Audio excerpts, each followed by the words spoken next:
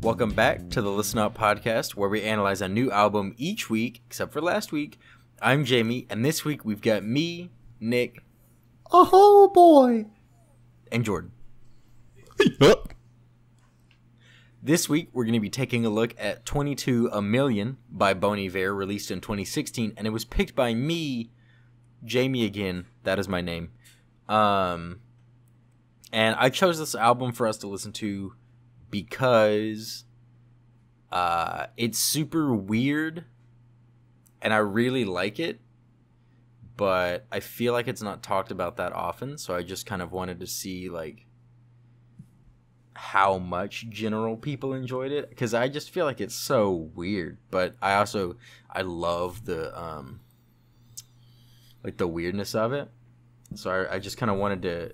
I feel like this might be the most out there album that we've done so far from a like a sound perspective. I would say so, because I thought that would be a cool thing for us to check out, and see how you guys liked it. Because we've done, I don't know why Sound and Color came to mind as like a strange, like a as like an out there sound. Because it's strange for sure, but it's pretty cohesive. And like you can kind of put a theme on it, like it's kind of cosmic, kind of atmospheric, but also blends in elements of kind of rootsy rock and roll stuff. But this album is all over the place with its instrumentation and arrangement of sounds, and they have live instruments, and they also have samples of vocals and samples of other instrumentation. It's just it's crazy. Yeah, dude, I'm all about it. Mm-hmm. Jordan, are you familiar at all with Bon Iver? Yes, bruh. The Kanye sample. Yep. Come on, motherfucker. But one of my favorite tracks on. Yeah, Dark Fantasy. I do like that one a lot. Other than that, not really. Mm-hmm. I've heard him talked about a lot, but never really listened to him that much. Yeah, I feel like he occupies because so I guess it's technically a band-ish, but it's started primarily as a guy named Justin Vernon. Mm-hmm. Okay, and he's kind of a little bit like what's Tame Impala's guy's name? Kevin Parker. Yeah, a little like that, where he brings most of the music, and then like everyone else is kind of like a supporting cast, I think.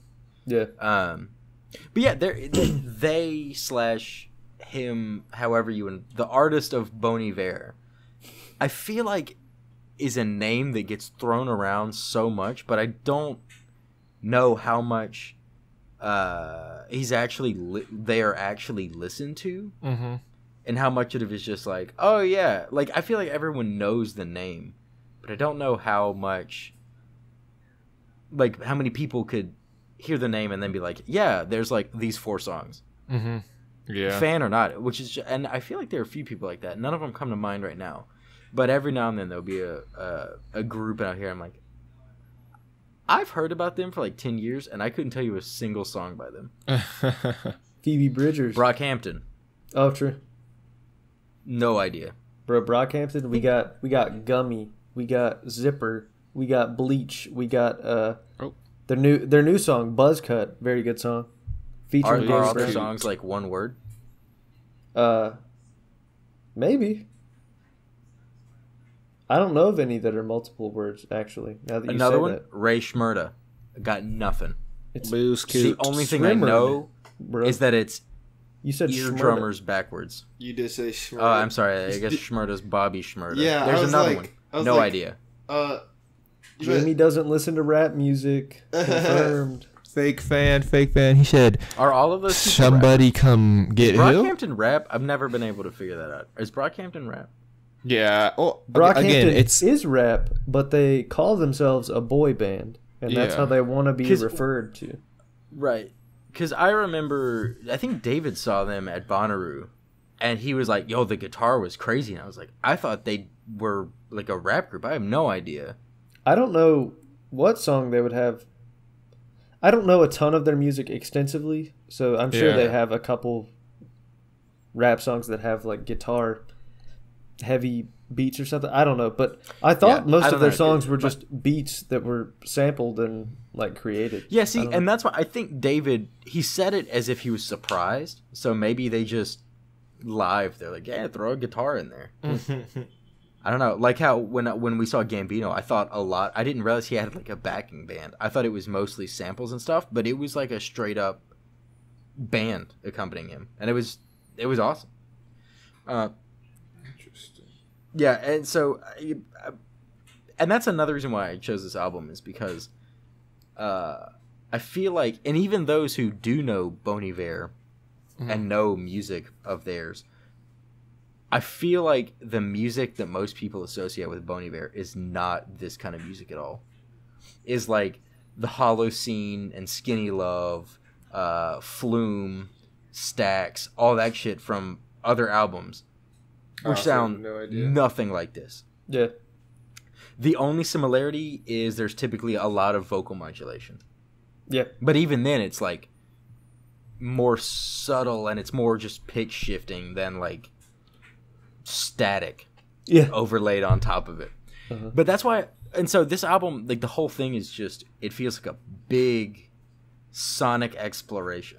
And then reading more about Justin about this time period, I can totally see that like his personal, it's one of those instances where you can see someone's personal situation coming through in the art that they're creating.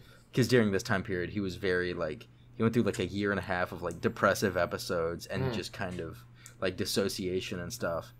And I mean, the whole album's like touches on all kinds of things like life, death, existence, attachment, detachment, all kinds of really, I don't know, interesting introspective topics. And then is just pushed, like it's just pushing the sonic envelope the entire fucking time, for better or for worse. Mostly in my mind for better. Every now and then though,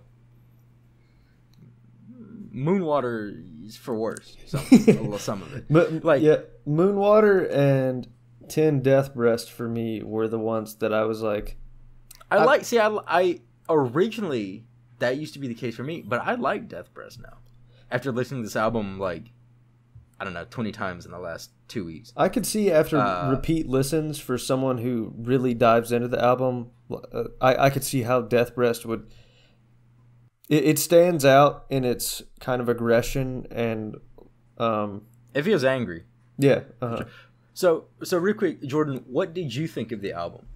Well, I know I'm already going to struggle with which tracks were which, because usually I'm like, oh, that track was the one with the crazy beats and the weird non-conformative sounds. And I'm like, wait, that's every song pretty much on this album. And I was like, 100%. Because usually there's like some identifiers. It's like, oh, I know that sounds like a sad one, or if that's a less like a happy song or something. But this one just seems right. You make the mental hash table for the album. Yeah, even though this one's a lot harder to do that with. Yeah, I guess there could be. I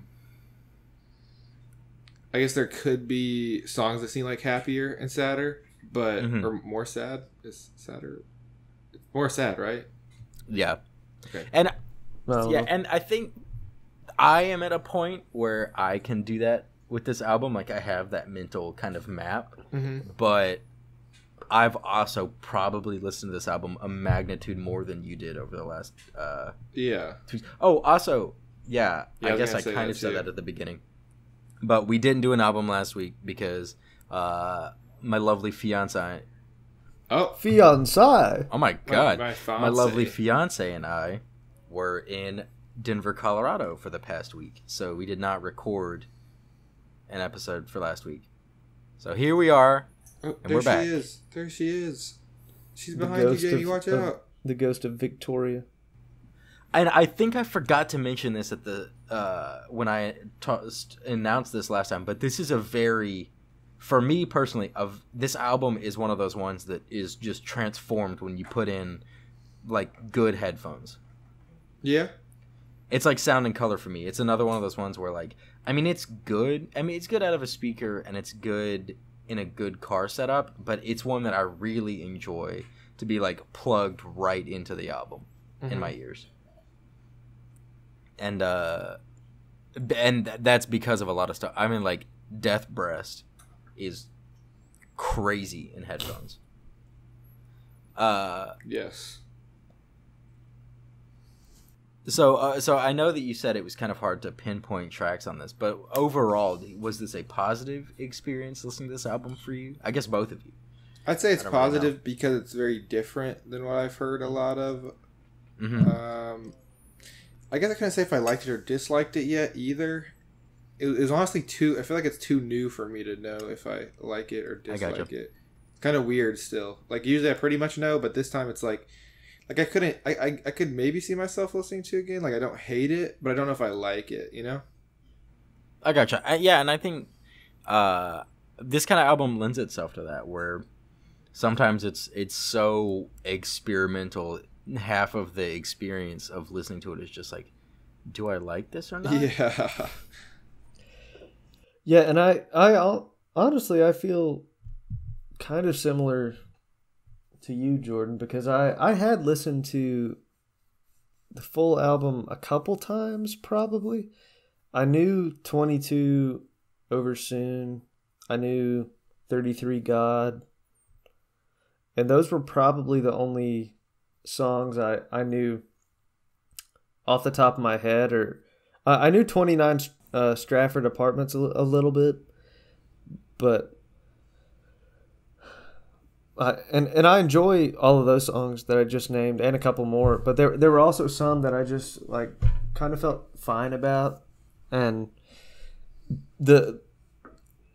I hate to judge my overall perception of this album based on their other albums, because generally I love it whenever artists that I enjoy listening to take big creative leaps and try something different, because I know it's probably really fulfilling for them, and because of that very sentiment, because it's fulfilling for them, it's usually kind of fulfilling for me. It's like, oh, they're taking this jump that's like that's a risk, and like I admire them for doing that, and because of that I'm gonna if enjoying this music is a bit of a stretch for me, then I'll try my best to do that because I admire who they are as a person.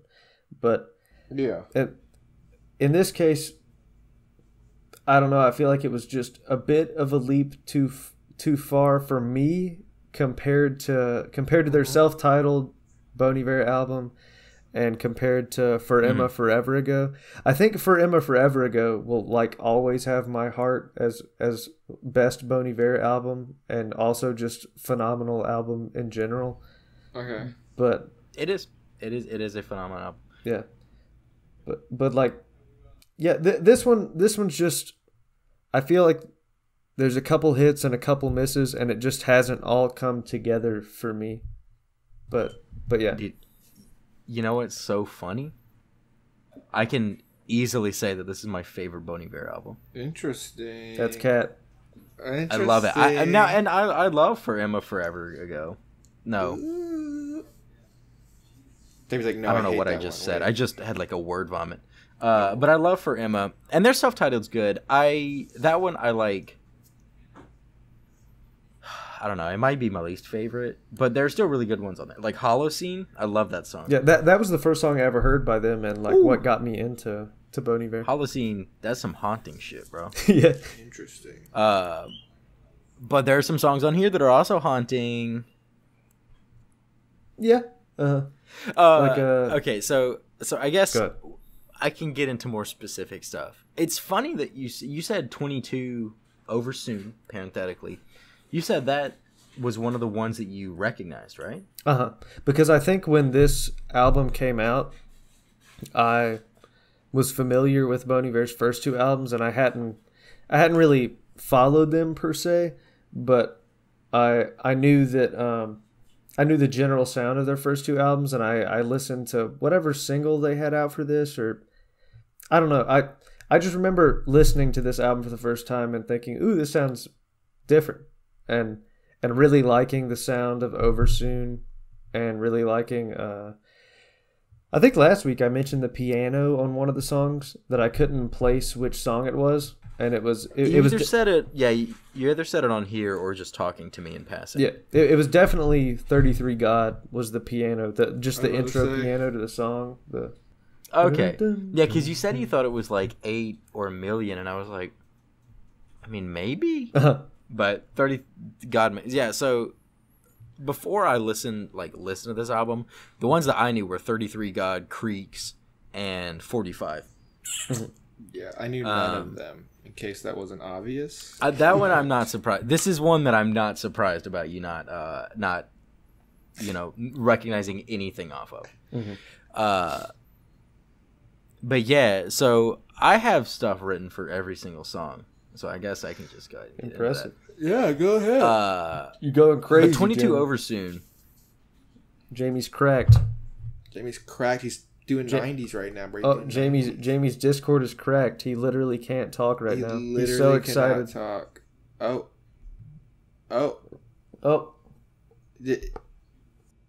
There he is. So yeah, I guess I can start to get into that then. So with 22 Over Soon, I love what it's like. The best I could describe it was like the shakiness or like the wavering of whatever the instrument is playing under the background. It's some digital thing. I think it's a synth that's been gone through a lot of filters. I'm not really sure, honestly, and that's kind of the case with a lot of the stuff in here.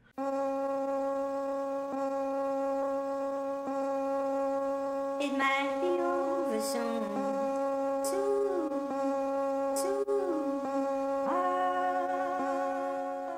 I can describe the sound, but I have no idea what is making it. Oh yeah. Yeah, and so I love that, and then I really like it as an intro album into kind of entering the idea of the briefness of life and how it might be over soon is at the crux of it, and then that sets up what the album kind of starts to delve into more and more. But I like how the audio, this is one of the ones where it's really prominent, how it just sounds like it's like fucking up a little bit, but clearly intentionally, and I love that kind of stuff. It's kind of like how a really good fuzz pedal is supposed to mimic the sound of an amp as it's like dying. I really like that. So anytime it's crackliness, but not like radio static from a record or a magnetic tape. It's like if you don't have a good connection with a 3.5 millimeter cord. Yeah. And it's not fully in the headphone jack, so every now and then stuff comes through. It's kind of like that, and I love that. And then you expelled all decision, as I may stand up with the vision. Cold daylight, cold daylight. Within our eyes there lies a scissor. It might be over soon. I really like verse 3 a lot, especially the lines where it's like, as I may stand up with a vision, caught daylight, goddamn right, within a rise there lies a scission. I don't know how to pronounce that, dude. It's I Scission. can't tell. Scission? Okay. Justin, he will sometimes just use really weird words that I've never heard. He makes up words. And sometimes he just yeah, exactly. He does that on a lot of albums. But yeah, this one very prominently. He'll just make up words. And so it's hard to tell if he's using like a deep cut from the dictionary or a made up word that's kind of a hodgepodge of other words that convey something else, like estuary king and fuckified. Yeah, he says And, laundry. like there's yeah. Laundry? Like Yeah. laundry? So Yeah. he'll just say shit. It Okay. but yeah, What's and your then What's your there's favorite the dictionary deep cut? gubernatorial. You say gubernatorial? Yeah. I'm just spitballing, man. That was supposed to be like I said that, and you guys were supposed to go, ha. I wasn't actually looking for. I don't have a dictionary. Oh, bro, I deep got cut. you with that shit. Honestly, It means I involved barely with know the what government. I don't even know really what a dictionary deep cut is. Well, like a word that no one would ever use that exists according to Merriam-Webster. Like frindle. The fuck is frindle? Did you ever read that book in elementary school? Wasn't it? Yes. It's a guy whose teacher told him to Yes, I stop did. trying to make frindle a word. And then he Yes. kept trying to make frindle a word until it got into the dictionary, and then it did. That's right. It's another There name was for a another book pin. that... What? Yes, you're right.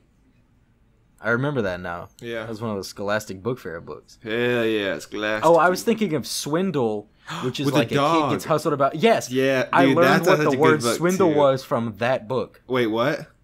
I learned what like swindling is from that Me book. too, dude. That was Yeah, that was a that good cover book. is burned. The cover of that book and the cover of Dude, that's such a what good is, book. is it called Tunnels? I can't remember that one. Yeah, they're burned into my brain. Damn. I don't know Anyway, any that's- of these that's- things that you're talking Bro, about. did you not read, bro? Bro, I was a reader. All right. I was in my kindergarten class Well- reading like second grade books. All right. Yeah, and we were in 6th grade reading on a senior high school level. That's all. It doesn't matter, all of it. Oh, It's all arbitrary. Oh yeah, what was your fucking AR point average, huh? dude, again, I literally got the minimum. I was top 3 for sure. Like in Yeah, my top in my 3's not a classes. number, bro. Never I was want a top three. number. I don't know the specific number. It's Bro, not I was dropping ingrained. 500 bombs on that shit. Oh, you're Me, talking Zach- about your me and actual Zach. AR points Yeah, me and Zach would crush that shit. for They were like for any listener they were like unfamiliar with AR. 5 of us. I don't know what AR stands for, but they're Accelerated reading. okay. Yeah, they're Could have just asked us, man. well, thank you for inputting, even though I didn't ask. But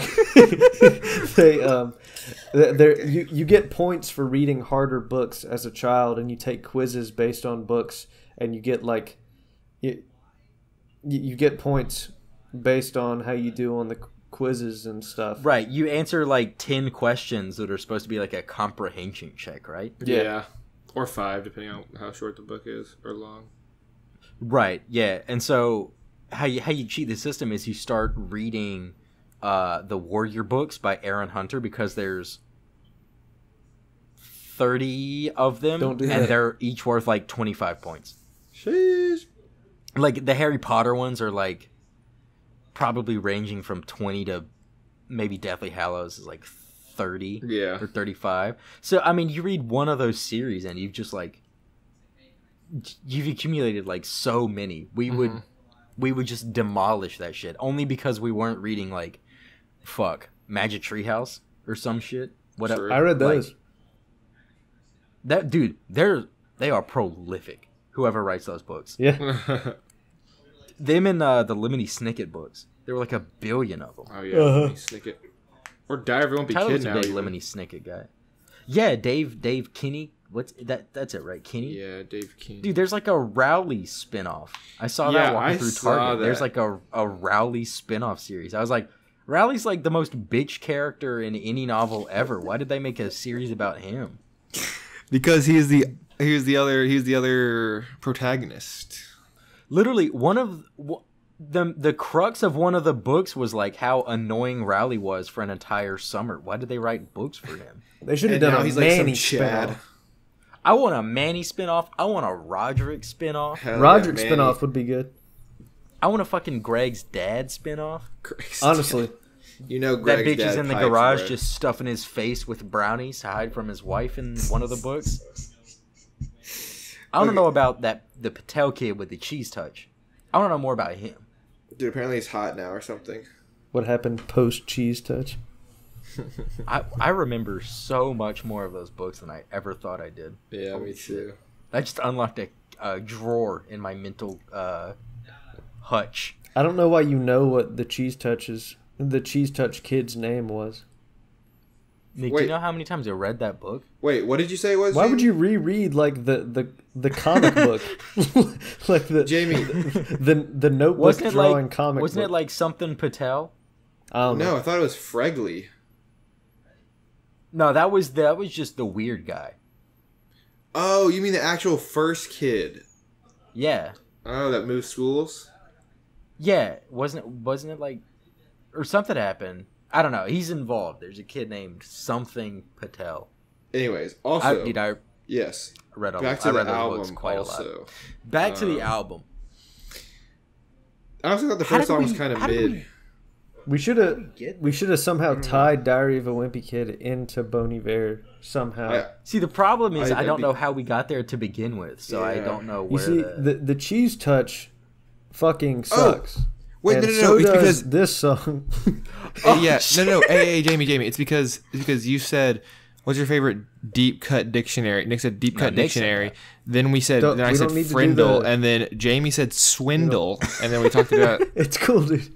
We don't need to contact trace the conversation. It's fine. So, 22, great transition from it might be over soon, last words of over soon, we move into 10, Death Breast.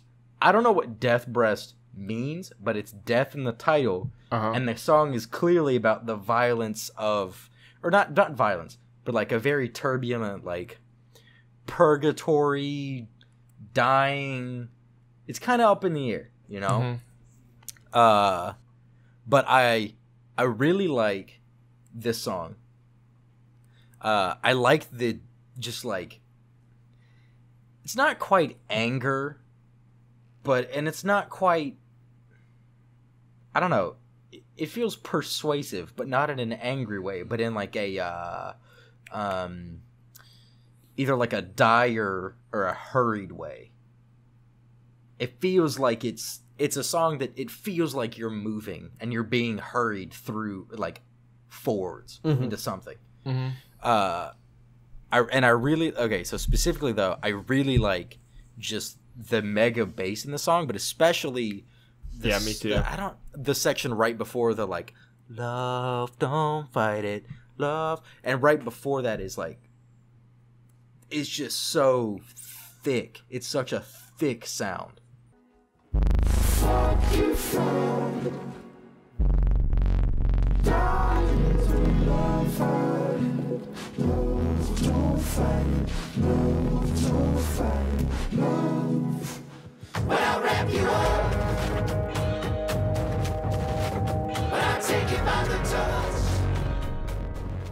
Is it kind of short? Is it like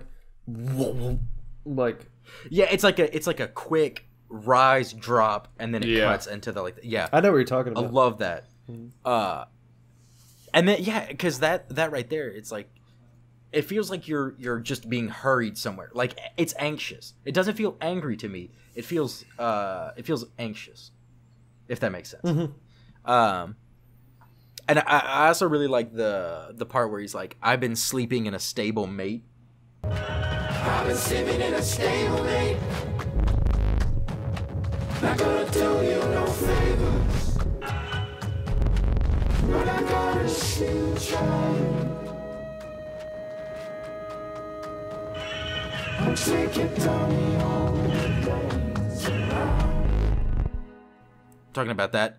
But I like that section. Mostly based on how it sounds, so that's why I didn't really write down the lyrics. A lot of this, I like kind of what the lyrics are saying, but more how the lyrics tie into the music, so I'll kind of say that. But yeah, and then, like, after the love don't fight it part, how it's just building and building and building and building. Yeah. And then I also really like the taking in the tall grass of the mountain cable or whatever.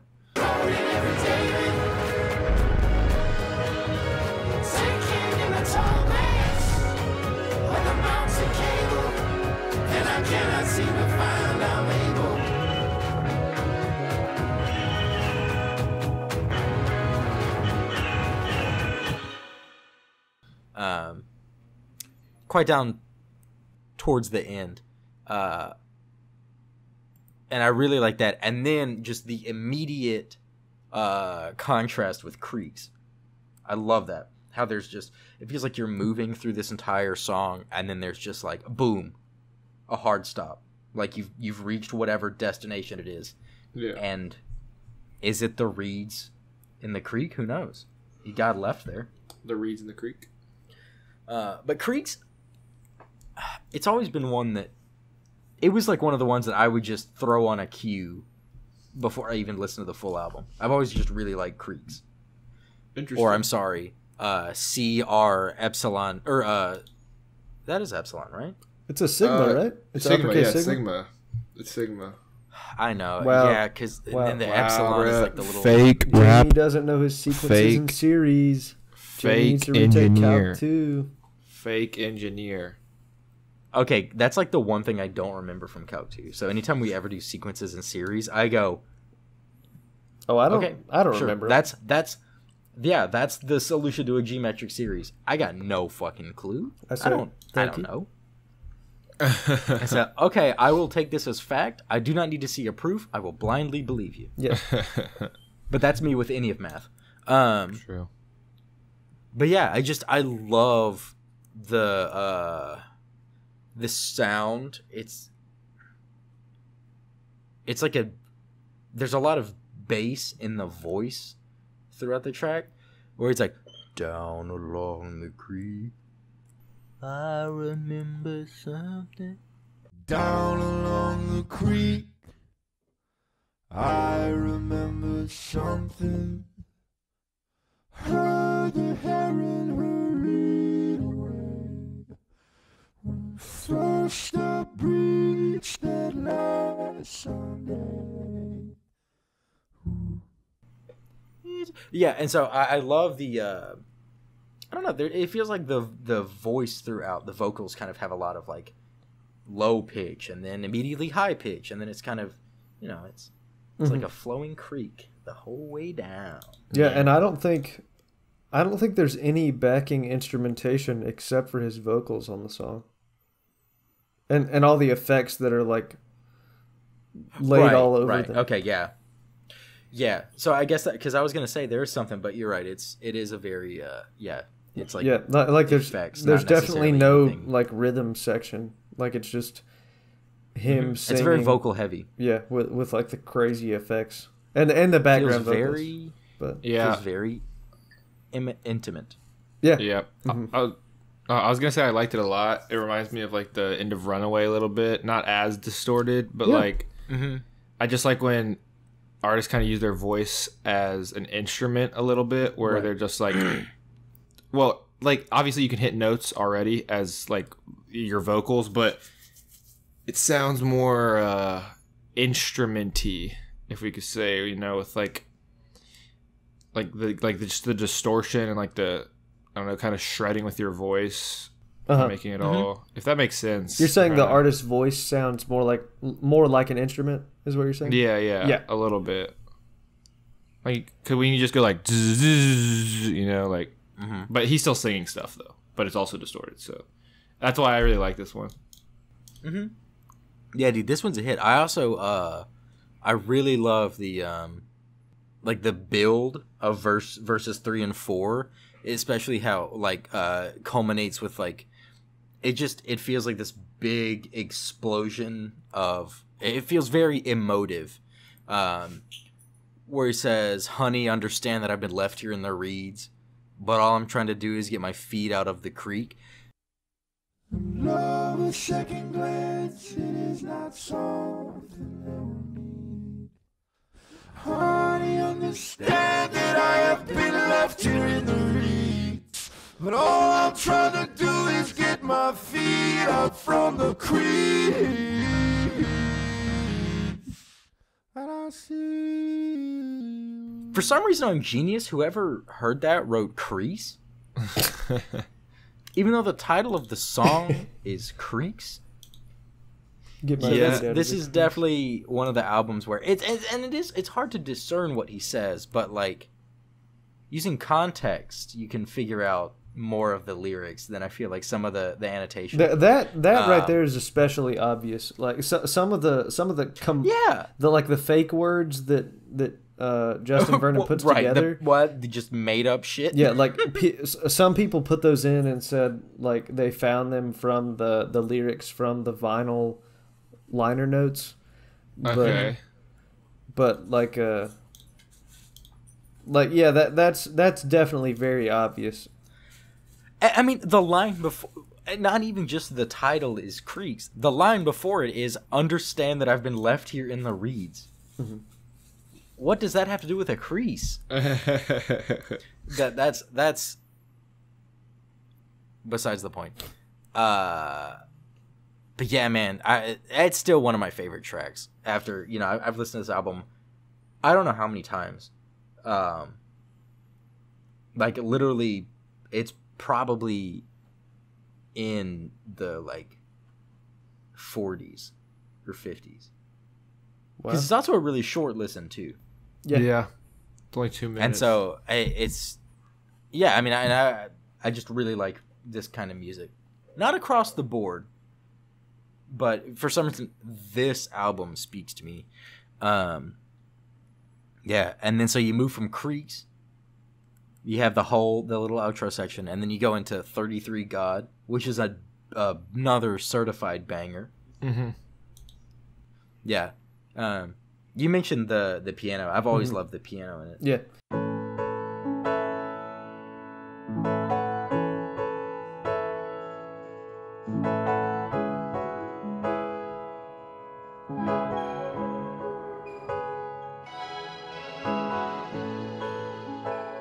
Because especially in contrast with how Creeks is, you're right, it's so not really any instruments. There's his voice, and then there's effects, and then this one just starts out with the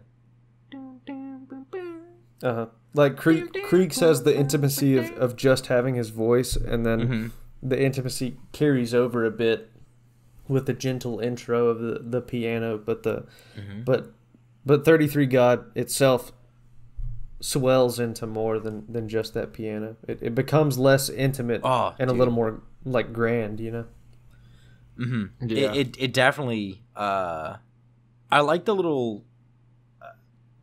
This is not in a bad way, but just the most accurate description. But the chipmunk narrator. When we leave this room, it's cold.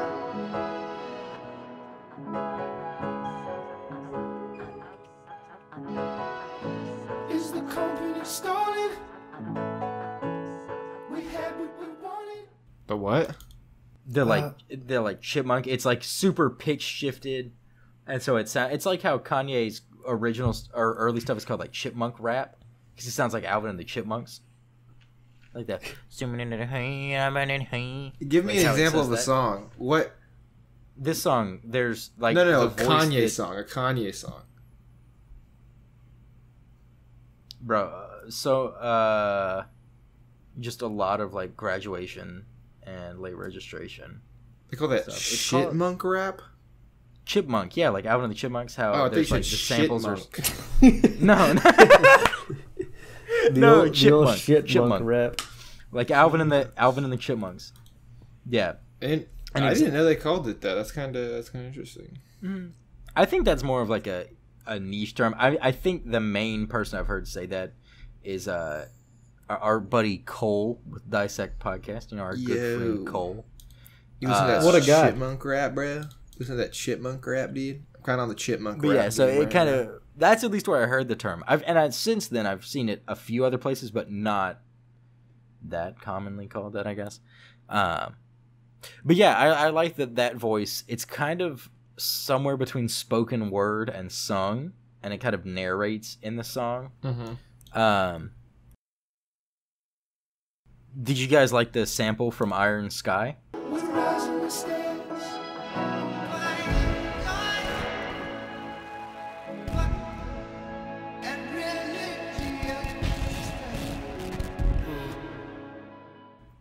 I have no idea what Iron Sky is. So You should check it out. no. I think it's a Spanish. The guy's name is like Paulo something. Hang on, give me a second. It's a very good song. But it's like the part where it's like, I find God and religion. Oh yeah. Yeah, that's from a song. Yeah, Paulo Nutini. I thought it was interesting What how are you? many. He's Scottish? Gee, I thought he was Italian. Go-ish. Listening to that song, I thought he was, man, his accent's crazy. Yeah, I thought it was Yeah, you interesting should check that out, it's great. how many references to religion there were on the album, like with that explicitly, but also like I forget which song it was, but the word "you" was capitalized, and it seemed like it was in some sort of a divine context, and they said it was capitalized in the vinyl lyrics, like it was printed that way intentionally. It seemed Like a capital G. yeah, like analogous to a capital G in a way. But talking about samples, on Over Soon, I know we talked about that song already, but he samples a song by a woman named Mahalia Jackson. I'm not entirely sure. Mahalia. Yeah. Mahalia. But she was a big gospel singer, I think, in around the 60s maybe. But the song that he sampled was the live version of a song called How I Got Over that she had sang throughout her career. And I think the one that he sampled was the live version that she sang before Martin Luther King delivered his I Have a Dream speech.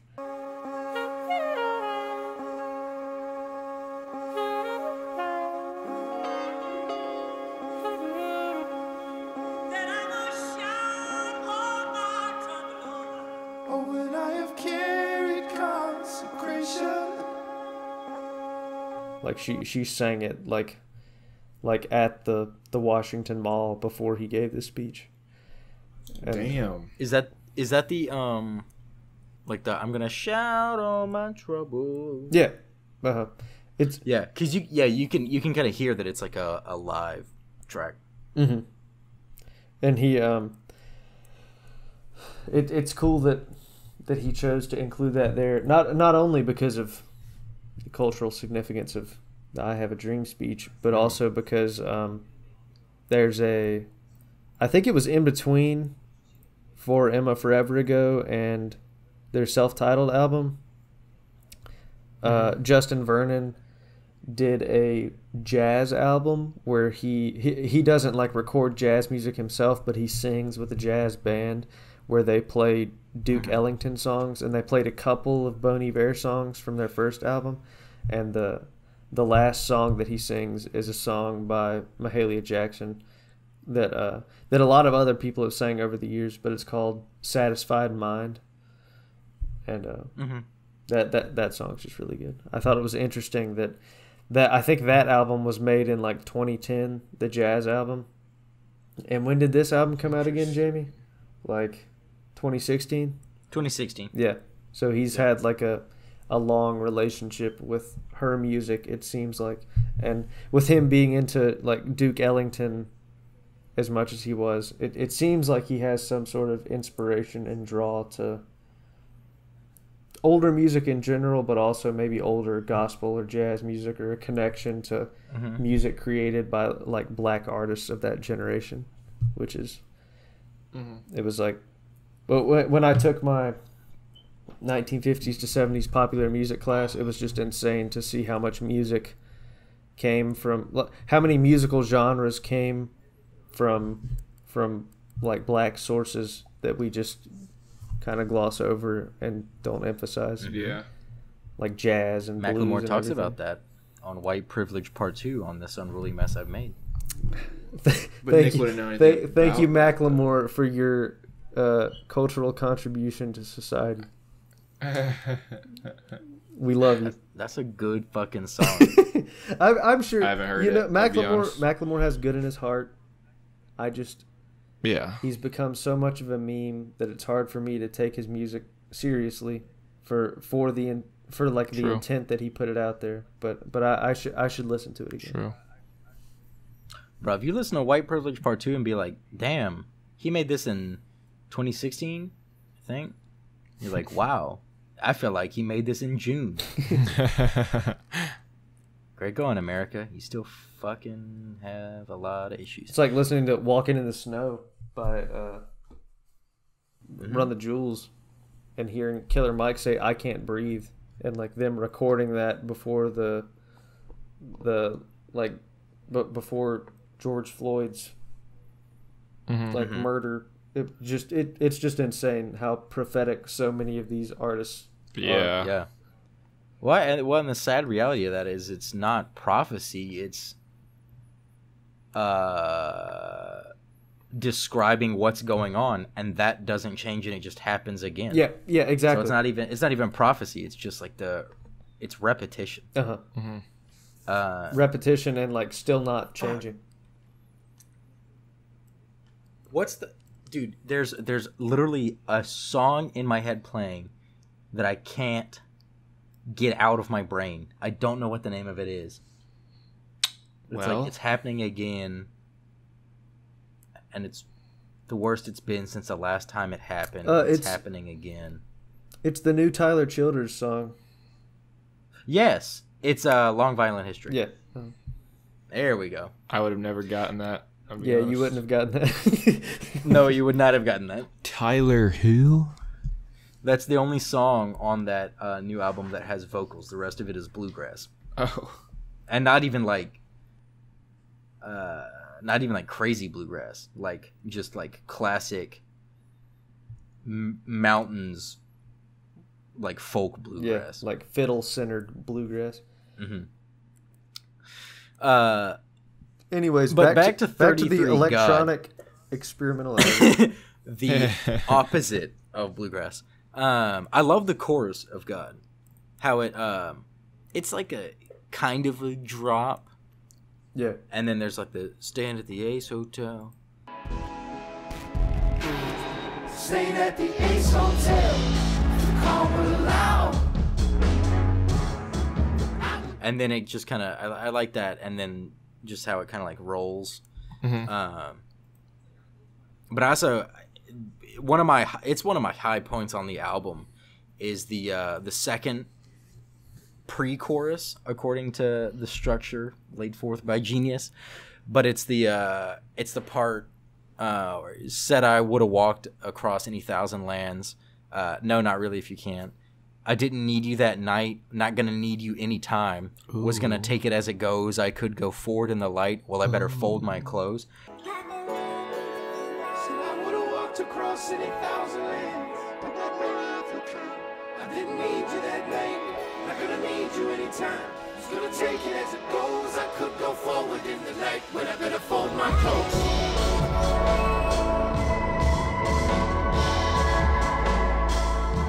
And dude, that's one of those times where if I'm listening to it in headphones, you gotta shut your eyes and just kind of like move your head along with it. Like that, it feels so like just full and emotive and powerful to me. I love that. That's one of my highlights on the album, is that pre-chorus section. And Vic made fun. I did it the other day while I'm driving back in the car. I wasn't driving. I was riding. I don't close my eyes and do that while I drive. But I did that in the passenger seat, and I opened my eyes, and she was, like, laughing at me. I was like, bro. Let me vibe. Makes me feel some shit. I was having an intimate moment. Come on, son. I was having an intimate moment.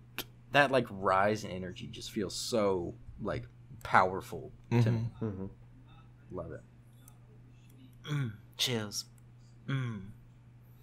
Chilly. It's funny that you're talking about closing your eyes while you're driving, because there's a Dawes song called Roll Tide where I think Griff, their drummer, sings it instead of the usual singer, But there's a line in it where he says, Taylor Lautner.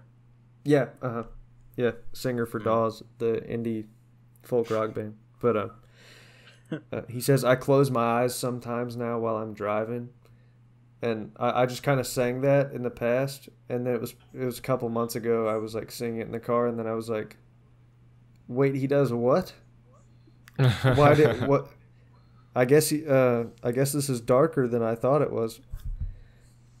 You want That's pretty dark right there. Yeah, where you're like, oh, there's a song by The Fray, and I can't remember what it is. But there was a period where the lead singer of The Fray was going through like a really like rough patch in life, just kind of like depressive episodes. And he said that the moment he realized he really needed to like go to therapy or something was he rented like a Lamborghini and was just going like, it was out in Texas or somewhere where it's wide open, or maybe it was Nebraska. But he said he was going like 140 on the road. Mm-hmm. And he was like, I didn't care if I lived or died. I was like, holy shit. Damn, and then son. he said that for him was like a really big like mental breakthrough moment where he was like, yo, I gotta get a therapist or something. Yeah. It was also when he made that song, you know, what's the song? I can't even remember what it's called. How to Save a Life? Guess you're... How to save a life. Where did I go wrong? I lost a friend. Great song. But there are better songs by The Fray. People Vienna? crip walk into the fray. Oh, I love it. Vienna's a great one. No, Vienna will always be a... Sausage? It's a sad bop. No, that other guy's song. Who did the Vienna? City in Austria. Who? A City in Austria. No, Billy Joel. Billy Joel always said Vienna better. Okay. I just know Slow Zanzibar. down, you like the crazy first child. You're so ambitious for a juvenile. Tell me that's not the best song ever, bro. Are you a big Billy Joel fan? No. Oh. It has he's got historical some good significance music. with me, though. But You know every word to We Didn't Start the Fire? But part 2 is going to be fucking crazy. Start the fight. That one? Mm-hmm. I don't know. I think that's the only part that I know, I'm going to be honest. Sorry, Jamie.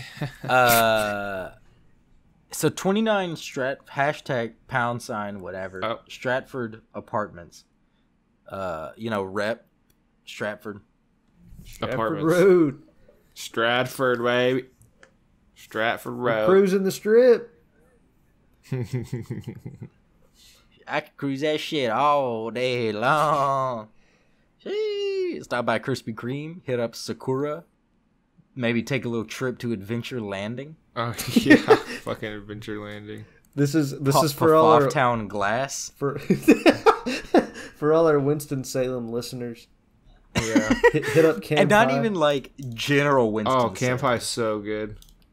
You just kind of have to like. It's like deep Winston-Salem. Like you wouldn't get it in passing. You would have to just like. There's some stuff just obviously on Stratford, but we're not even naming like all the obvious shit. Yeah. It's like deep cuts from Stratford Road. You said Pufftown that's where the- Glass. You fucking. That was where that was back where the Yeah. Joanne Fabrics was and the hitting zone. Yeah, back Joanne- there. the batting the cage batting back cages, there? yeah. Yeah, the batting cages. And there was a Christian bookstore. And there's that like I don't remember that. yeah, there's that weird turn where you're like, I'm in the parking lot for Joanne's, but also it looks like I'm in like a bus garage. Yeah. Weird thing. But anyways, the what did song, you? Yeah, what did you want to say 29 about the song? Apartments. It makes me, the chorus makes me, it makes me feel some shit.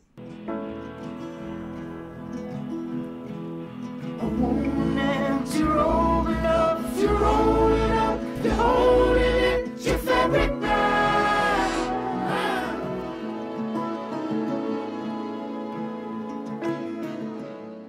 More based off the sound than the specific lyrics of it. Mm-hmm. But I don't know. It's just I don't know. It just kind of moves me a little bit. And I really love the effect. I think it's like the last chorus in here where there's that like it's super prevalent, the like crackliness I talked about earlier. holding on to rolling on, baby. Only butterfly.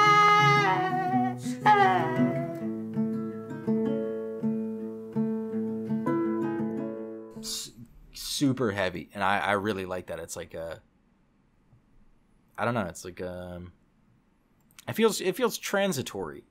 I don't know how else to describe that, but I really like that. I did like it too. The crackly like vocal fry that happens towards the end of that song, and just the Right. I don't know what vocal fry might be a different thing. I don't know, but you know what I mean. The staticiness of the vocals Makes sense to me. Yeah. Uh-huh. Right. It was okay to me. I didn't really love this song that much, but it's a little slow for me. Mm-hmm. But yeah, I did. I saw someone say that the song kind of dealt with Justin Vernon trying to take away the emotional significance of places, like which Interesting. I guess kind of makes sense if you think about it, or if you, I don't know. It's hard to describe the emotional nature of places, but he says something, I think, in this song about Claire, and I think the Claire that he's talking about is his hometown of Eau Claire, Wisconsin, which is like I think he's still hallucinating Claire. Yeah, and I think he still lives there, and they have like an Eau Claire festival maybe every year. I know that they kind of debuted this album there, I think a little bit before it came out, and like had a little bit different versions of songs and stuff. But yeah, it's interesting to have a song about that sentiment, because nobody really, I guess, except I actually just thought about Lorde has a song called Perfect Places, where she kind of talks about it too. But it's just interesting. You don't hear a lot of songs about areas or spaces that you go to and your emotional significance for them. But with how That's true. And this one, I mean, it's literally down to like probably the room that it occurred in, whatever this experience was. it's just interesting. Hyper specific. Yeah, it's interesting, like all kinds of other aspects on the album.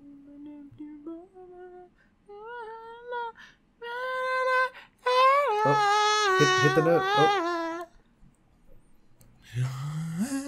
Oh, just makes me go, ooh, on the inside.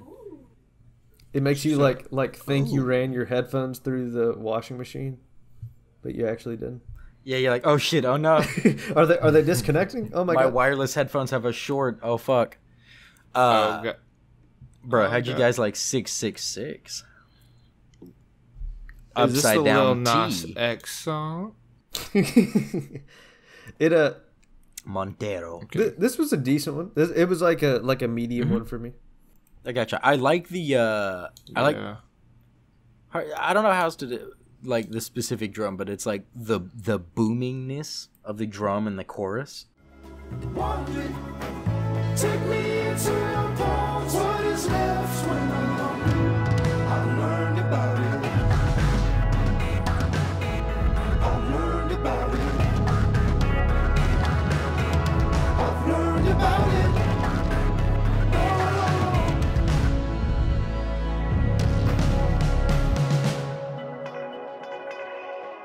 I'm still standing here. In the Yeah. background, I really like that. It's like someone's smacking you a little bit on the head. Oh yeah, I did like that part too. Play the bongo. So you can just play it like around some people, like just have a couple instruments.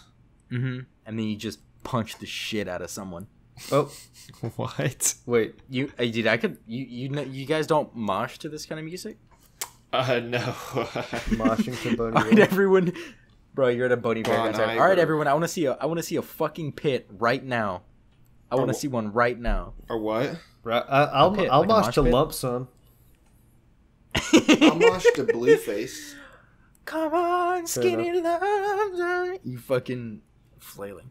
But I also like the just kind of maybe it touches on me kind of like how I have just like religious ties and songs always touches on me just because I grew up in a religious adjacent manner. I grew up in a religious manner, but didn't really feel it. But I've always been fascinated by the music and the idea of touching on spirituality, and so I'm a little sucker whenever it's put into music.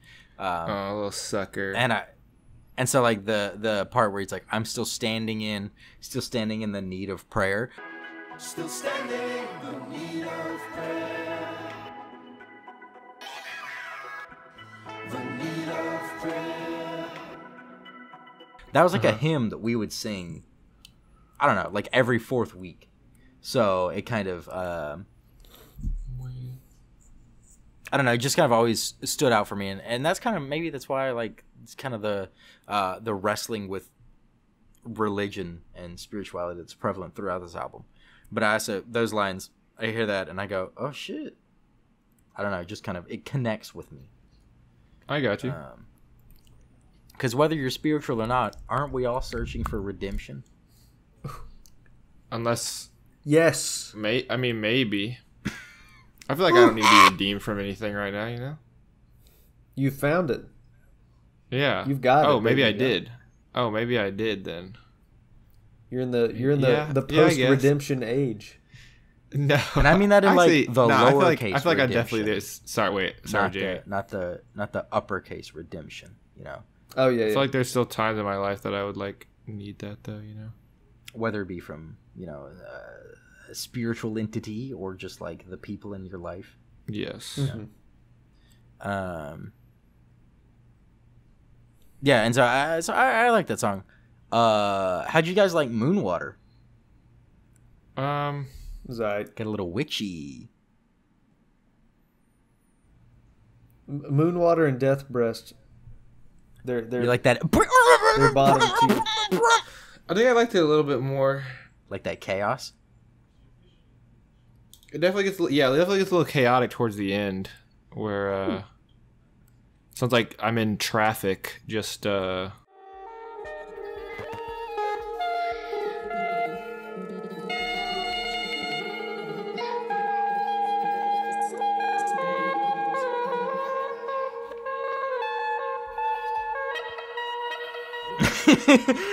like, is that the cars around me, or is that my audio right now? Like, what's going on? Yeah. It's gonna like, think where if you zone out, you're just like, what the hell? And even if you're listening to it, you still have that thought. Yeah. It's probably my low point on the album. Yeah. Like I get the idea is transitioning from like the religious themes of 666 into like the aforementioned redemption that I spoke of. It's kind of the chaotic transition from that idea into like 8 parentheses circle feels very much like we've gone from whatever turbulence was in Moonwater into just like this weird angelic like floaty kind of space. Mm-hmm. And so I kind of appreciate how the song does that, but apart from that, it's definitely not like one that I'm just gonna throw on the aux. Mm-hmm. And most of it's fine. I just really don't. It's very abrasive, that like chaotic section to me. We queuing up 21 Moonwater photo Shit, playlist. we throwing Moonwater on the aux. Hey yo, queue up 21 Moonwater real quick. This part's about to get lit. Hey, bro. Hey, throw on Moonwater. Throw on Moonwater, bro. But yeah, and then you move into 8, where it just feels like we're in a very angelic headspace. And this is also, I think this is the first like just mostly natural appearance of Justin's voice. Mm-hmm. Like it seems like he's, from a narrator standpoint, reached some sort of like clarity. Like the chaos of Moonwater is kind of the unloading of the anxiety, heartache, pain, and all shit that's talked about for I guess like the last part of the album. And then this is like he's he's kind of made peace with, I guess, life and its burdens. Mm-hmm. That's what the song feels like a lot to me, and it kind of. I didn't write down any specific things lyrically, but I think lyrically it kind of, I don't know, it just kind of also lends itself to creating that that mental image for me.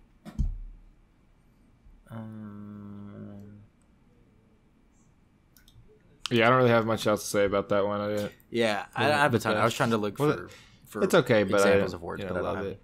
But I gotcha. And then there's did Jamie 45. sing freeze again? Did Maybe. I freeze? Jamie? Am I frozen? Yeah, it did. I thought he was just reading, but yeah, you froze. Yeah, sorry, you froze for a little bit. I was like, do you want me to fill something here, Jamie? Bro, that's funny. Yeah, I was reading, and yeah, I don't have much to say about that one either, other than I like it more from a album standpoint than an individual standpoint. But I've always liked 45 a lot. It might be the first song I heard off this album. I'm not sure. But yeah, I like the duality of the like.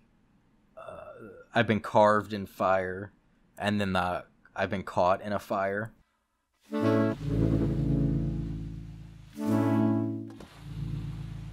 Well, I've been carved in fire. Well, I've been caught in fire. I've been caught in fire. And kind of throughout the song, you go back and forth where it's like, forged from fire is like this mental image of like, yes, this strong, good, I think that expression might have ties back to blacksmithing. But then caught in a fire is bad, painful, and sad. So I like just throughout it. It feels very emotive how there's the like switch flip-flopping duality throughout the track. And I don't have necessarily like a message coming away from it. I just have always really liked the sound of it. Mm-hmm. And I think on 45, that might be where his vocals are some of the rawest or most unfiltered, like on the album, at least at the beginning of the song. Mm-hmm. And I enjoyed that. Yeah, for sure. Yeah, because even in 8, there's like a little bit of alteration with the pitch, but this one's just like especially the first verse, where it's like, this is just his voice. Yeah. This is just raw him, raw Justin, raw him. I was very surprised. I kind of like pretty much just forgot what his natural voice sounded like until I heard him sing on Exile on Folklore on Taylor Swift's album. Oh. And I just thought, I just forgot that Justin Vernon could really just sing rawly by sing himself, like no filters, because there's so many times he sings either in an upper register with a bunch of vocal filters on that are it still sounds like tonally good and it makes a good feeling with the music, but it's cool that he can do both. Yeah, it's like T-Pain kind of too. You forget that T-Pain like is just a really good singer. It's an artistic choice to have the auto-tune. It's not a necessity by any means. And so it's the same kind of thing with him, where it's like, could he do that? He could probably do a lot of it without the studio effects. But that is also like his signature, and that's what he likes to do. Also, like that's how he's creative as well. But no, it is funny to. Sorry, Ned. Go Jamie. Go Jamie. Yeah, it's just kind of a thing where it's like, not necessary at all, but they're just like, it sounds cool, so I'm gonna do it. And then Million, I think, is always, I think about it the least. I don't know, I like the choruses in it. There's kind of, it's we've talked about it before, but it's the same motif of like changing lyrics from an earlier section to another one. It's like a lyrical, what's the name of that? I don't know if there's a specific variation, songwriting theme and variation. Oh, okay, yeah. But like the first part is the change, something slung low in the highlands, and then hold high and then the next one is Held High in the Highlands, or High in the Lowlands. Fuck, dude, it's so backwards. But I like that. And then it's a cool way to, maybe not, I don't know if cool is the right word, but a very interesting note to start an album. The first title is 22, parenthetically over soon. But so let's say it starts at 22, and then the last song is 5 zeros, followed by the word million. So the album is 22 million. Okay. And then it starts off with a it might be over soon, kind of thinking about the temporariness of existence, I guess.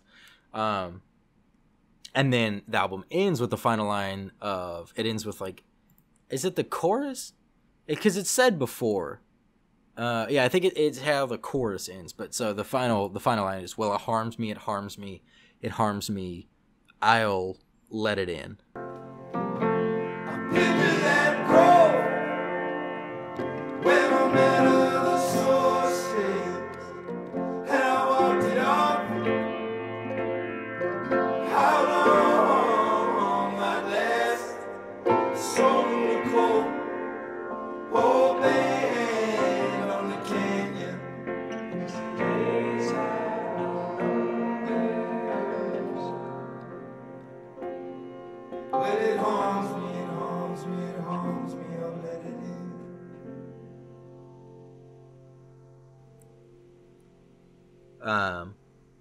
And earlier, the chorus in that song, he says, if it harmed me, it's harmed me, it'll harm me, I let it in. The third chorus is, it harms me, it harms me, it harms me like a lamb. And then the last one is, well, it harms me, it harms me, it harms me, I'll let it in. Like, I think it's kind of plays more into the resignation of through all of, you know, living, there is both good and bad, and sometimes it'll harm you. But then the album feels like, for me personally, it feels like it ends on an acceptance of, but even though it will harm me, life, you know, it'll beat me up, I'm still going to let it in, like give it passage into my mental temple. You know, just kind of, it's gonna suck and it'll hurt, but I'm still I still want to live an experience. So therefore, you know, you just kind of have to accept that risk.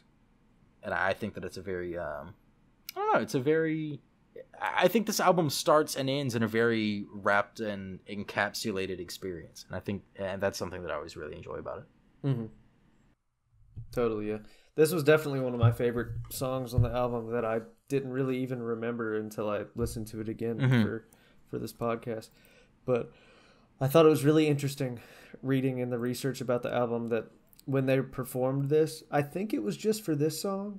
I don't think it was for the other songs on the album, but they gave every person who attended the concert like a small hymnal, hymnal type object.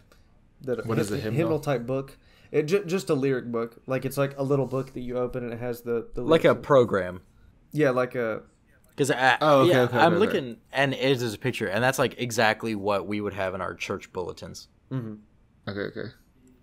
But yeah, they gave them that had the lyrics in it so that they could sing along with that song, like in the from the crowd whenever they played it. Oh, and that's like, I don't know, that just especially with the way that the song sounds at the beginning of it, how it sounds kind of similar to Polite Company by Rainbow Kitten Surprise, how it sounds almost like he's singing into some kind of big chamber. But it just feels, you said a line in one of the earlier songs was a line from a hymn that you used to sing as a kid. Like there's a song called Conversion that's by Leon Bridges and Kruangbin, that at the end of that song they start singing a hymn that I would sing as a kid. And like just the gospel nature of all of the songs that I just mentioned in the roundabout story that I'm talking about, that's something that I always love in music, and something that you said you always love in music too, Jamie.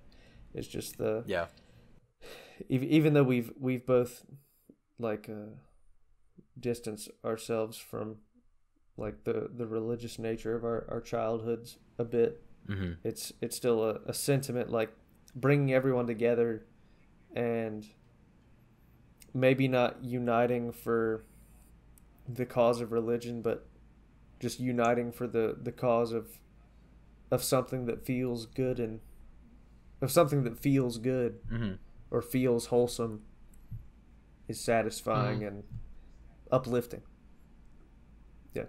Yeah, and I think that's even cooler with the like having Giving you snaps, the like passing out the bulletin kind of thing, because then because so much of what kind of draws people to religion is like community, right? So it says it was premiered. Oh, it was premiered on my birthday, August 12th. That's right, Leo season. How do you pronounce it? I think it's Eau Claire. Eau Claire. Yeah, I don't need French's EAUS. fake language. Like I'm not entirely sure, but I'm pretty sure that's how you say it. But yeah, so it's all, and then Claire is spelled normally. Yeah, because it said that it was the song was mainly like premiered live. Because this album came out in September. It was in September, and so on August 12th. That's before September, so the album hadn't dropped yet, but it was premiered live at the festival, and that's where they were given like the little booklet. And so then it's kind of, you're using this song that wraps up the wrestling of just kind of like the big question of like, what is life with a capital L? And then a lot of it is spent trying to find community and belonging. And so that's kind of another really cool artistic decision, is to create that community at that music festival in his hometown. Like that's a baller thing to do. But it's really cool too. I mean, because you don't give people a hymnal unless there's the intent of everyone being able to sing along. Yet another like creating that big, sense of belonging and community, and kind of like emphasizing that the message in this is not one of individualism, but rather something that we all can kind of find solace in having answers and even asking questions. So yeah, that's really cool. I never understood why it was 5 zeros. But it's like the track number is 10, so if you then concatenate the two, it'd be 10 plus 5 zeros, and that'd be and that's 6 zeros, which would be a million. Wait, say that again. I never understood why it was 5 zeros and then the word million. Yeah. But if you concatenate its track number 10 with the 5 zeros, you get 6 zeros, and that's a million. Crazy. I think you clipped that a little. That's 40 bit, Joe. chess. It's okay. Jamie will be able to hear it in the recording because that doesn't have if any you said clipping. something, it sounded like you just inhaled and then nothing. Here, wait. What if I turn off noise suppression? There That it is. clip or no? So now I'll get to hear that twice. I'm gonna forget about it, and then a few days from now when I'm recording, I'm just gonna go Your audio. Wait, Nick, did I clip that? Did I? Are you serious? Did I Bro. clip that time, Nick, or no? No, we heard it that time. The second time you heard it? Okay. But yeah, so that sums up my thoughts on this album. It's all mine too, sir. So then Gotta go I get guess, the Lil Nas X Satan shoes after this. Guess that means it's rating time. Damn it, I have to go first. I wanted to see what you guys said first. But instead, you get to hear what I said first, and then Nick and Jordan, you'll announce next week. It's been yes, that's Jamie, how this works. then me, It's been a then little bit, Jordan. but 9.5. Damn, bro. Bold. This album is so close for me that it's 9.5 asterisk, because I recognize that it is purely subjective, and I feel like a lot of people wouldn't I don't even know if a lot of people would enjoy this album, let alone like it as much as I do. But for some reason, it's just kind of that thing that we've talked about where, for no discernible reason, it just tickles that itch in my brain, and I'm just like, oh, I love it. Like, literally, it's so close to a 10 if it weren't for that fucking section in Moonwater, man. Oh yeah. That one. But yeah, so Nick, what is your numerical rating of this? I'm kind of surprised with how much I didn't love this album as a whole, with how much I enjoy Radiohead. That's right, Radiohead reference. Have to reference them at least once a podcast. Because dude, because Nick is still down bad. That's why. because I need any affection. I'm done. I was gonna try and riff off of a joke of that. I'm doing okay. Yeah, but with Kid A is like Radiohead's trademark electronic experimental album. And I don't love it. And, I guess that kind of lines up here. I liked a couple songs off of this, but I didn't love the overall feeling of it. I'm going to give it a 5. So. Okay. Jordan, what are you going to give it? I was also going to give it a 5. Oh, okay. That's higher than I thought it was going to be. All right, 4.5. Oh, no. Got to hit Jamie's quota. Said 5. I don't know. I feel like I could never. I feel like I wouldn't listen. I feel like I didn't hate it listening to it, but I don't think I'd listen to it again though. So maybe I should have ranked it lower, but I'll go with 5. No, I gotcha. That throws it in there with your rating. That's also what you gave like An Awesome Wave. I feel like that's kind of a similar, Yeah, I'd go with that. Indie electronic-y kind of thing. I Think You Think Too Much of Me. One and Only by Chef G. You gave that a 5. Yeah. Okay. That wasn't the Dude, best. I'll take it. So that means that we have an average rating of 6.5. And that brings it to the place tied for 28 with, let's see, what is this? Sound and Fury and Women in Music. Both picks by Nick. Nice. Okay. Dude, I'll take it. I'll take Wimp it. 3 was robbed by Jamie. Just want to say that. It was a higher Jordan score. I gave it a good rating. Jamie shat on it. If it wasn't for me, it just didn't. Bro, that was. I don't know, man. You don't have to I still explain live in yourself, Los man. Angeles. I just wanted to say. And I see people posting it on their stories too that I know about those songs in Heim too. All right. Nick, you know what's gonna make you feel really bad? I gave it the same rating that I gave Dirtbag. I just think it's ironic how much Jamie hates misogynists and then gives an album by 3 women, all sisters, how he gives it a 4. Bro, did you hear my speech in the review? I feel like that speaks enough. I don't have to worry about the numerical rating. I talked about how stupid you have to be to just be a misogynist. I don't know. I think there's some bias, therefore, some deep internal bias that you still haven't recognized. Bro, like one of my favorite artists ever is Adele. How are you gonna look me in the eye and tell me? True. Okay, Jordan, please, A champion of women.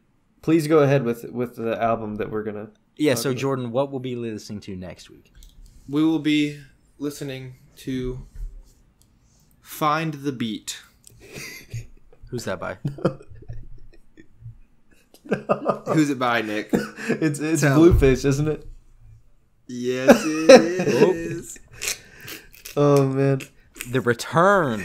The return of I wanted you to do. he in a dirtbag. What? I wanted you to do Jack Harlow so bad, but you. Why? I don't even know Jack Harlow. Yeah, but like that you keep that sending well. memes about him and stuff, and I think he I kind of want to check his music out, but I keep forgetting to, and I was like, oh, if he picks it, I'll have like a good chance to fully check out his. I'm first not gonna album. lie. I've heard one Jack Harlow song. It's kind of like a Billie Eilish situation where I like their personality more than their music. Yeah. Also, haven't listened to any of his music either. So, but I've heard it's decent.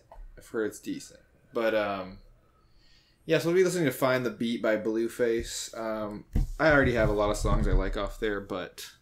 So do you think it's going to be a redemption for him? Because right now he is 42nd out of 43 albums. See, I don't even care that much because so much of those audios started trending on TikTok where I know it's a good album and you know, you guys just don't have the musical capacity to understand know that it's good. Yeah, we don't have the understanding. Yeah. But it's okay. Yeah. It's okay. I forgive you guys. I know this is a very heavily weighted podcast against rap, so, you know, I'm not gonna... Bro, what the fuck are you talking about? This isn't a rap Gangster hating rap. podcast. Gangster- This podcast Gangster is rap. against. I think it might. There's some funny one-liners in there that we might talk about, but we'll see. Someone says he's in the rap community one time, and then the next thing you know, his head's way too big. Jordan's a wee rap guy.